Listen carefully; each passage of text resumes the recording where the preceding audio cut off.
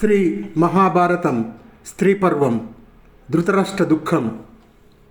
వైశంపాయన మహర్షి జనమేజయునికి ఇలా చెప్పసాగాడు. ధరణీనాథ, ఆ విధంగా తన కొడుకులు 9 వైరి కులము చేత నశించటం వల్ల ధృతరాష్ట్రుడు మహనీయంగా ఉన్న తన గౌరవాన్ని పోగొట్టుకొని హీనత పొందాడు. కొమ్మలు నరకగా మోడుపడ్డ వృక్షంలాగా భరింపరాని విపత్తుతో వికలమైన చిత్తాన్ని కలిగి మనోవేదన పొంది చింతాభారముతో ఏమీ మాట్లాడలేకపోయాడు. ఆ విధంగా ఉన్న ధృతరాష్ట్రుణ్ణి సంజయుడు చూసి అతడితో ఇలా అన్నాడు. మానవేంద్ర, నీవు కూడా ఇతరులలాగా శోకించటం తగునా? ఎవరిని తలుచుకొని నువ్వింకా దుఃఖించగలవు? నీ శోకానికి ఇదే అంతము. ఈ విధంగా శోకించటం తగదు. శోకము మానుము. 18 అక్షౌహిణులు నశించాయి.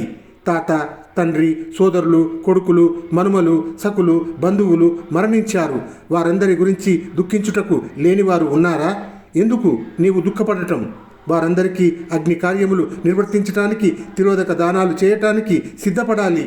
అందుకై యుద్ధభూమికి నీవు వేంచేయుము. అంతటా ధృతరాష్ట్రుడు ఎంతో దుఃఖము కలిగి ధైర్యం కోల్పోయి మహావాయువు వల్ల పడిపోయిన వృక్షంలాగా పుడమిపై పడిపోయాడు. కొంతసేపటికి లేచి తలబాదుకుంటూ, నా కుమారులందరూ ఎంతో దీనగతి పొంది గతించారు. అందువల్ల ప్రకాశితమైన వైభవాన్ని పోగొట్టుకున్నాను. మనసులో కృంగిపోతున్నాను. ఇంకా దీనంగా బ్రతుకును పొంది అన్యుల దయ కోసం ఎదురుచూస్తూ జీవించి నేను ఉండలేను. రెక్కలు విరిగిన గరుడినిలాగా, తేజస్సు చెడిపోయిన సూర్యునిలాగా నా వైభవం నశించినందున, నా బంధువులు మరణించినందున నేను బ్రతికి ఉండినచో అది ఒక బ్రతికే అవుతుందా? వాసుదేవుడు సంధి కోసం వచ్చినప్పుడు ఎన్నో విధాలా చెప్పాడు సంధి చేసుకోమని. భీష్ముడు, ద్రోణాచార్యుడు సంధి చేసుకోమనే చెప్పారు మంచి మాటలు. జమదగ్ని మొదలైన ముని శ్రేష్ఠులు కూడా అలాగే చేసుకోండి అంటూ వక్కానించి మరీ చెప్పారు. వారు చెప్పిన బుద్ధులను దుర్బుద్ధినైన నేను పాటింపలేకపోయాను.